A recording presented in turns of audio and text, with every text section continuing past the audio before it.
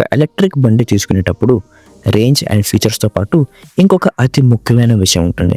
అది EV group community. And ఇవాల్టి వీడియోలో అటువంటి ఒక ఈవీ గ్రూప్ యొక్క మీటప్ గురించి చూద్దాం. ఆ మీటప్ కి చాలా మంచి రెస్పాన్స్ వచ్చింది. ఈ వీడియో మొత్తం నేను ఇంగ్లీష్లో, హిందీలో రికార్డ్ చేసినందువలన దీని మొత్తాన్ని నేను తెలుగులో డబ్బింగ్ చేసి మీకు వాయిస్ ఓవర్ ఇస్తా. 50 ఈవీ కార్లు ఒకటే చోట. టెస్లా, మహీంద్రా, టాటా, మారుతి ఇటువంటి 50 కార్లు ఇదే ఆ చోటు. ఇక్కడ నుంచి మొదలెడదాం. ఎంతో మంది ఈ మీటప్ కి కోయంబత్తూరు నుంచి, రకరకాల చోట్ల నుంచి 3-4 అవర్స్ కార్ నడుపుకుంటూ కూడా బెంగళూరుకి వచ్చారు. Just for the meetup. పొద్దున అందరం బ్రేక్ఫాస్ట్ కలిసాం. చాలా మంచి ఇంట్రొడక్షన్ తర్వాత కాసేపు కబుర్లు చెప్పుకున్నాం. తర్వాత ప్రతి కారికి ఒక వాకీ టాకీ ఇచ్చారు. Hello subscribe to green right over. ఒక స్పెసిఫిక్ ప్రోటోకాల్ ని ఫాలో చేస్తూ కార్లన్నీ సిస్టమేటిక్ గా రోడ్లు లెఫ్ట్ లేన్ లో ఒకదాని వెనకాల ఒకటే స్ట్రైట్ లేన్ నడుపుతూ ఈ చార్జ్ జోన్ యొక్క ఛార్జింగ్ హబ్ కు చేరుకున్నాం. ప్రతి కార్ కి వాళ్ళ పొజిషన్ ఏంటి అని తెలియడానికి ప్రతి కార్ మీద ఇటువంటి నంబర్ తో ఒక స్టిక్కర్ ని అంటించారు. ఫర్ ఎగ్జాంపుల్ ఈ కార్ నంబర్ 26 అనుంటే 25 కార్ వెనకాల ఉండడం మీ బాధ్యత. ఇప్పుడు మనం ఒక్కొక్క కారు ఓనర్ దగ్గరికి ర్యాండమ్ గా వెళ్ళి కారు గురించి తెలుసుకుందాం. ఎటువంటి ప్లానింగ్ లేకుండా ఒక క్యాండిడ్ కాన్వర్సేషన్ చూద్దాం. ఇలా నేను వెళ్తూ ఒక టియాగో ఈవీ కస్టమర్తో మాట్లాడగా ఆయన 3 years అయింది ఈ కార్ కొని అని చెబుతూ 40,000 కిలోమీటర్లు తిరిగాను అని చెప్పాడు. ఈ కార్ వాడుతున్నప్పుడు ఆయనకు వచ్చే రేంజ్ ఒక 180-200 కిలోమీటర్సే కనుక రేంజ్ యాంగ్జైటీ ఏమైనా ఫీల్ అయ్యారా అని అడిగిన దానికి కారు కొన్న కొత్తలో కాస్త ఫీల్ అయ్యాను, కానీ తర్వాత ఛార్జర్లు వాడగా ఫాస్ట్ ఛార్జర్లు ఎక్కడ ఉన్నాయో తెలియగా నాకు అలవాటు అయిపోయింది. అలాగూ ఈ కారు తీసుకొని 400-500 కిలోమీటర్లు దాటి ఎలాగూ పోలేం కాబట్టి అక్కడ దాకైతే నాకు నమ్మకం వచ్చేసింది అని చెబుతూ వచ్చారు.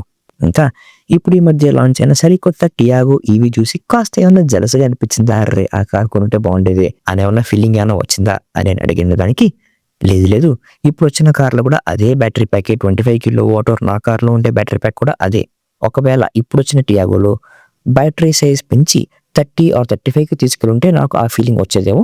ఫీచర్ల పరంగా దాదాపు ఒకటే కాబట్టి ఇప్పుడు ఉండే టియాగోతో కూడా నేను బాగా సాటిస్ఫైడ్ గా ఉన్నాను అని చెబుతూ వచ్చారు. అక్కడి నుంచి అలా వెళుతూ ఒక మహీంద్రా BE6 కార్ కస్టమర్తో మాట్లాడాను. ఆయన కార్ కొని 7-8 months అయిందని, 7,500 కిలోమీటర్స్ నడిపేశానని చెప్పి అసలు ఇప్పటిదాకా రేంజ్ యాంగ్జైటీ ఫీల్ అవ్వనే లేదు. ఈ కార్ నుంచి 300-350 కిలోమీటర్స్ రేంజ్ వస్తుంది కాబట్టి అసలు ఎటువంటి ఇబ్బంది రాలేదు అని చెబుతూ ఆయన సంతోషాన్ని వ్యక్తపరిచారు. అక్కడి నుంచి వెళ్ళగా టాటా హ్యారియర్ ఈవీ కొన్న ఒక కస్టమర్తో మాట్లాడాను.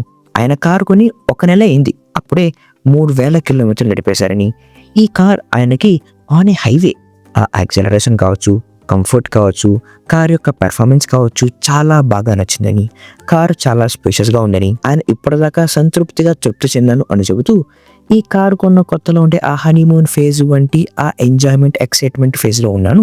ఇంకొంత నెలల్లో ఇంకొంత ఇన్ఫర్మేషన్ తెలుస్తుంది. అయితే ఒక కార్ సర్వీస్ అయిపోయిందని, టాటా సర్వీస్ గురించి ఎంతో మంది రకరకాల కంప్లైంట్లు చెబుతారు, కానీ ఆయనకి ఉన్న ఎక్స్పీరియన్స్ మాత్రం చాలా బాగుందని ఆయన సంతోషాన్ని వ్యక్తపరిచారు. తర్వాత BMW iX1 వాడుతున్న కస్టమర్ని, హ్యారియర్ ఈవీ వాడుతున్న ఇంకో కస్టమర్తో మాట్లాడాను. ఆ BMW నడుపుతున్న ఆయనకి అసలు రేంజ్ యాంగ్జైటీ లేదని, 400-450 కిలోమీటర్ రేంజ్ వస్తుంది కనుక కారు కొన్న 17 నెలల్లో ఆయనకి ఎటువంటి ఇబ్బంది రాలేదని, కారు కొన్న టైంలో టెస్లా ఇంకా లాంచ్ కాలేదు కనుక BMW ఆయనకి ఒక లగ్జరీ సెగ్మెంట్లో కారు కొనాలి అనే ఉద్దేశంతో ఇది కొన్నాను అని చెబుతూ వచ్చారు. ఇంకా 3 years బ్యాక్ ఆయన BMW కొనే ముందర వాడే మరో ఈవీలో రేంజ్ యాంగ్జైటీ విపరీతంగా ఫీల్ అయ్యేవారని, ఇప్పుడు ఈ మధ్య ఫాస్ట్ ఛార్జర్లు బాగా పెరగడం వలన రేంజ్ యాంగ్జైటీ లేదు అని చెబుతూ వచ్చారు. హ్యారియర్ ఈవీ కొన్న ఆయనకు వచ్చేసి కారు కొన్న కొత్తలో ఫస్ట్ లాంగ్ ట్రిప్ కి చాలా బాగా రేంజ్ యాంగ్జైటీ వచ్చిందని, ఛార్జ్ వచ్చేసి 50%, 40%, 30% ఇలా తగ్గుతూ పోయే కొద్దీ ఆ రేంజ్ యాంగ్జైటీ పెరుగుతూ వచ్చిందని, ఇప్పుడు ఇంకా కారు నడపగా ఫాస్ట్ ఛార్జర్ల దగ్గర ఎప్పుడు ఆపాలో, ట్రిప్ ఎలా ప్లాన్ చేసుకోవాలో ఆయనకి కాస్త అలవాటు అవుతుందని చెప్పి ఇప్పుడు కాస్త బాగుంది అని చెబుతూ వచ్చారు.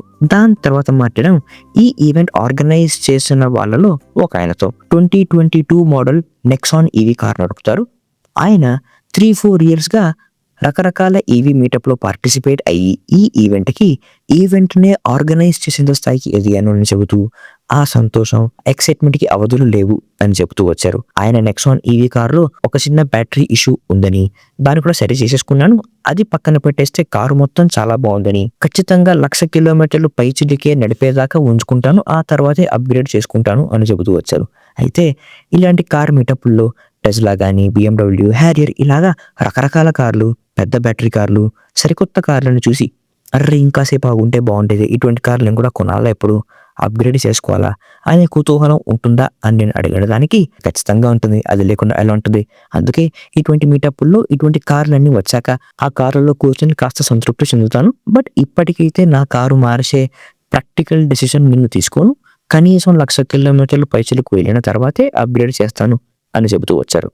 దాని తర్వాత ఒక నెక్సాన్ ఈవీ ఫ్యామిలీతో మాట్లాడాం. ఆయన ఒక టాటా పెట్రోల్ కార్ నడుపుతున్న వారిని 3-4 ఏళ్ల క్రితం ఈ నెక్సాన్ అనే సరికొత్త ఈవీ కార్ వస్తే ఈ కార్ కొన్నాను అని చెప్తూ, కార్ కొన్న కొత్తలో కాస్త రేంజ్ యాంగ్జైటీ ఉన్నప్పటికీ, ఎస్పెషల్లీ వీళ్ళ ఫ్యామిలీకి కాస్త ఇబ్బందిగా, కాస్త కొత్తగా, కాస్త భయంగా ఉన్నప్పటికీ కార్ నడపగా ఆ పెట్రోల్ కార్ని పక్కన పెట్టేసి ఈ నెక్సాన్ ఈవీనే ప్రైమరీ కార్గా వాడుతున్నాము అని చెప్తూ వచ్చారు. ఇంకా నేనైతే ఆయన వైఫ్ని మీరు డ్రైవింగ్ చేస్తారా అని అడిగినప్పుడు, లేదు నేను డ్రైవింగ్ చేయను, నేను ప్యాసింజర్ సీట్ ఎంజాయ్ చేస్తాను అన్నప్పుడు, మరి ప్యాసింజర్ సీట్లో ఉన్నప్పుడు రేంజ్ తగ్గుతున్నప్పుడు మీకు రేంజ్ యాంగ్జైటీ వస్తుందా అంటే అస్సలు లేదు. ఫాస్ట్ చార్జర్ ఇప్పుడు తెలిసిపోయినాక అసలు రేంజ్ యాంగ్జైటీ లేదు, ప్లానింగ్ చేసుకుని వెళ్తాం అని చెబుతూ వచ్చారు. సో బేసిక్గా ఇది వచ్చేసి చార్జ్ జోన్ వాళ్ళ సూపర్ హబ్ అని చెప్పుకోవచ్చు. ఒకటే చోట దాదాపు 200 ఈవీ కార్లను మీరు ఫాస్ట్ ఛార్జింగ్ చేసుకోవచ్చు.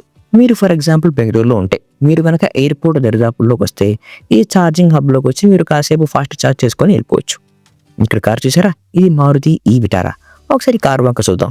ఈ కారుకుంటే ఛార్జింగ్ సాకెట్ ఇక్కడ ఫ్రంట్లో ఉంటుంది. దానివల్ల ఉపయోగం ఏంటంటే ఛార్జింగ్ చేసుకునేటప్పుడు కార్ని డైరెక్ట్గా లోపలికి తీసుకొచ్చేయచ్చు. అదే మీరు టాటా నెక్సాన్ లాంటి కార్లు అయితే రివర్స్ తీసుకొని రావాలి. ఉపయోగకరమైన ఫీచరే అని చెప్పుకోవచ్చు.